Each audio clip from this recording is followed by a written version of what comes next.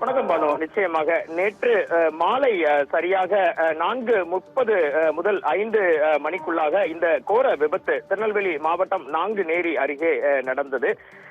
தற்போது இதில் பார்த்தீர்கள் என்றால் ஒரே குடும்பத்தை சேர்ந்த 8 பேர் பலியானதாக தகவல்கள் வெளியாகி உள்ளது. பலியானவர்கள் 7 பேர் பலியானதாகவும் ஒரு குழந்தை மிகவும் அபாய கட்டத்தில் இருந்ததாகவும் தகவல்கள் வழங்கப்பட்டிருக்கிறது. நாங்குநேரி அருகே நேற்று மாலை இந்த விபத்து நடைபெற்றது. டிரைவரின் கவன குறைவுதான் இதற்கு முழு காரணம் என முதற்கட்ட விசாரணையில் தெரிய வந்திருக்கிறது. நேற்று விபத்து நடந்த பிறகு அந்த பகுதியை நேரில் சென்று பார்வையிட்ட திருநெல்வேலி மாவட்ட எஸ்பி சிலம்பரசன் சத்தியம் தொலைக்காட்சியிடம் பேசும்போது விபத்து நடைபெறக்கூடிய சாத்தியக்கூறுகளே இல்லாத பகுதி அந்த பகுதி என குறிப்பிடுகிறார்.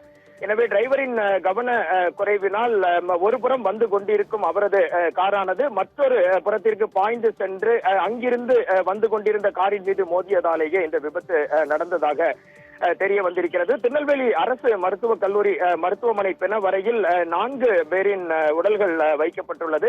நாகர்கோவில் ஆசாரிப்பள்ளம் அரசு மருத்துவமனையில் 3 பேரின் உடல்கள் வைக்கப்பட்டுள்ளது. 7 பேர் பலியாகி விட்டதாக அதிகாரப்பூர்வமாக அறிவிக்கப்பட்டிருக்கிறது. மற்றொரு குழந்தை வெண்டிலேட்டர் சிகிச்சையில் இருப்பதாகவும் மிகுந்த அபாய கட்டத்திலேயே அந்த குழந்தை தொடர்ந்து இருப்பதாகவும் கன்னியாகுமரி மாவட்ட எஸ்பி ஸ்டாலின் சற்று முன் நம்மிடம் தெரிவித்தார். இன்று காலை இந்த 7 பேரின் உடல்களும் பிரேத பரிசோதனை முடிக்கப்பட்டு அவர்களின் உறவினர்களிடம் ஒப்படைக்கப்படும் என தகவல்கள் வழங்கப்பட்டிருக்கிறது. மிகுந்த சோகத்தை திருநெல்வேலி மாவட்டம் மட்டுமல்லாமல் தமிழகம் முழுவதும் இந்த சம்பவம் ஏற்படுத்தி உள்ளது பானு. சம்பந்தமே இல்லாமல் சரியான திசையில் காரினை ஓட்டி வந்த தனிசுலாஸ், திருநெல்வேலி மாவட்டம் தக்கரமால் புறத்தை சேர்ந்த தனிசுலாஸ் என்பவரின் மொத்த குடும்பமுமே இந்த விபத்தில் பலியானதுதான் சோகத்தின் உச்சம். தனிசுலாஸ், அவரது மனைவி, மகன், மருமகள், 3 குழந்தைகள் என அனைவருமே, ஒரு குடும்பத்தின் அனைவருமே பலியாகி விட்டனர். இவர்களில் 4 பேரின் உடல் திருநெல்வேலி அரசு மருத்துவக் கல்லூரி மருத்துவமனை பிணவரைக்கு நேற்று மாலை கொண்டு வரப்பட்டது. திருநெல்வேலி மாவட்ட ஆட்சியர் சுகுமார், அரசு மருத்துவமனையின் டீன் ரேவதி பாலன் அவர்கள் அனைவருமே உடனடியாக பிணவரைக்கே நேரில் வந்து அவர்களது தேவையான உதவிகளை உடனடியாக மேற்கொண்டனர். பிரேத பரிசோதனை இன்று காலை விரைவாக முடித்து அவர்களிடம் கொடுக்க வேண்டும் என கூறப்பட்டிருக்கிறது.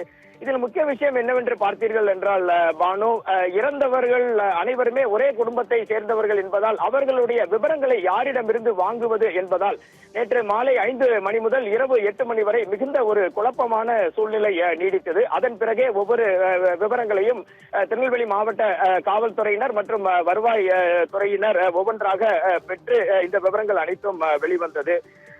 கட்டிட கான்ட்ராக்டரான தனிசுலாஸ், அவரது மகன் மெல்கிஸ், ஜோதினா, ஜோகனா ஆகிய 3 பேரின் உடல்கள் நாகர்கோவில் ஆசாரிப்பள்ளம் அரசு மருத்துவமனையில் வைக்கப்பட்டுள்ளது.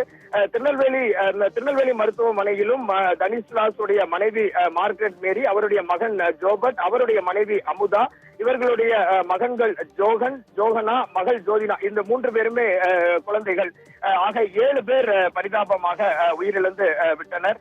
அந்த பகுதியாக இந்த விபத்து நடந்தவுடன் போலீசாருக்கு தகவல் அளிக்கப்பட்டது. அவர்களிடம் நாம் பேசும்போது திங்கள் சந்தை பகுதியில் இருந்து வந்த தனிசுலாசின் கார் மீது எந்த தவறும் இல்லை என்றும் எதிர்ப்புறமாக வந்த கார் தான் சென்டர் மீடியனை தாண்டி அவர்கள் மீது சென்று மோதியதாகவும் தெரிவித்தனர். காவல்துறை மிக விரிவான விசாரணையை மேற்கொண்டு வருகின்றனர். அவர்களின் உறவினர்களை கண்டறிந்து இன்று அவர்களது உடல்கள் பிரேத பரிசோதனை முடிந்து அவர்களிடம் ஒப்படைக்கப்படும் என தகவல்கள் வெளியாகி உள்ளது பானு.